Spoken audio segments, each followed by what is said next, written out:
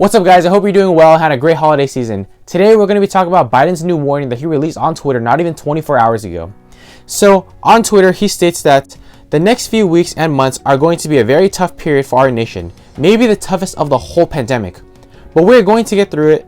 Brighter days are coming, but it's going to take all the grit and determination we have as Americans to do it. Now, what does this mean, and what does he mean by toughest of the whole pandemic?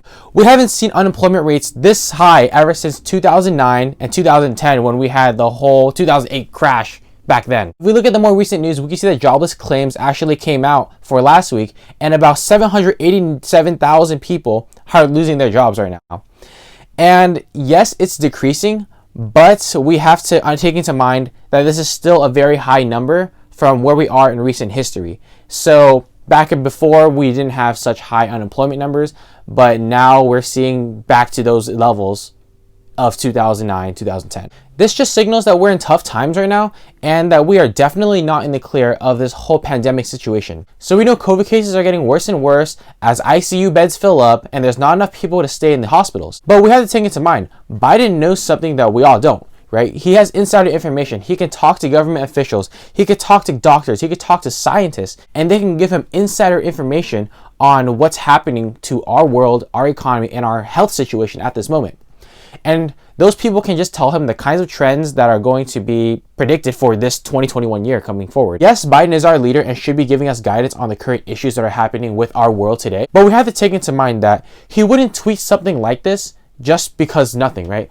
There's obviously some reason and some way that he wants to communicate to the people to take these safety precautions and just try to work together as a nation. So we have a few worries that we need to take into mind when we think about COVID cases rising. Recently, we had holiday gatherings just like Thanksgiving, Christmas, or New Year's, and these all have social gatherings where people are just flying back home, visiting family, and possibly contracting this virus, right? So if we look at Google Trends, we can actually see that the people that are searching up COVID symptoms and COVID testing have been increasing over this past month just alone. Now, people don't search for COVID symptoms just because nothing, right?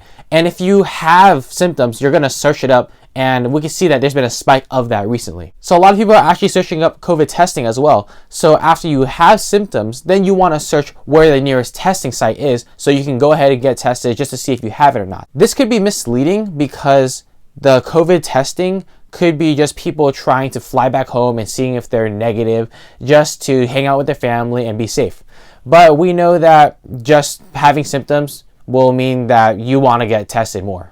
And we also have to take into mind what happens if we do get protests in the 2021 year. So we can see Joe Biden get inaugurated around January 20th, and this could spark a lot of outrage for a lot of people, but we really don't know what's going to happen yet. So we know the vaccines are out, and a lot of people might also be protesting to not take these vaccines and that these vaccines won't help them for any good. So Biden also mentioned that there's not enough testing sites in our society today to be safe. He states on Twitter, and I quote, "After 10 months of the pandemic, we still do not have enough testing. It's a travesty. We need to scale up testing so anyone who needs one can get one." It's actually such a struggle to get tested because I've actually dealt with this myself. And you'd have to go to the test site, wait in a super long line just to get tested. And sometimes they'll say, come in the morning, get a wristband, and then come later in the afternoon and come at night.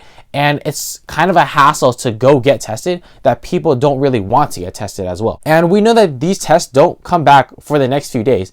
And you can go to the site, wait in that super long line negative, but by the time you come back, you could have contracted the virus because you've interacted with so many people in that line. Now, Dr. Fauci actually said that he's disappointed in the slow rollout of vaccines of the 2020 year so far. So Dr. Fauci actually said that instead of vaccinating 150,000 people per day, we need to bring that to a bigger scale where it's 2 million people per day, right? Just by giving these vaccines to people that actually do want them, then these people can go out safer and we can have a safer society. So here's what Joe Biden is trying to do with this tweet. He's trying to preface the uncertainty in our economy, and he's trying to mask it with optimism, where he states that yes, we have better days and brighter futures, but we need to worry about our current situation right now. If we were to relate this to the stock market does not like uncertainty for sure. And we definitely saw this in March where COVID cases were coming up out of nowhere and it hit us like a truck. and we saw the nastiest downturn that we've seen in a while. So if our economy gets really bad, we can see more people lose their jobs, and once people lose their jobs, then they have to pull out of these investments that they have, and they have to pull out of their retirement account. People just want to take their money out and have a cash safety net so they know that they could pay for their rent, pay for their food, and other expenses that they need. So we could definitely see a drop in the market if panic sets in and a lot of people are losing their jobs, so they have to take money out of these accounts just so they can fend for themselves. So if we look at the stock market today and from where we've came from, we can see that the Dow, the S&P 500, and the NASDAQ are all at all-time highs. They've basically gone in a straight line up from where we are now. But do I see a pullback in the broader market?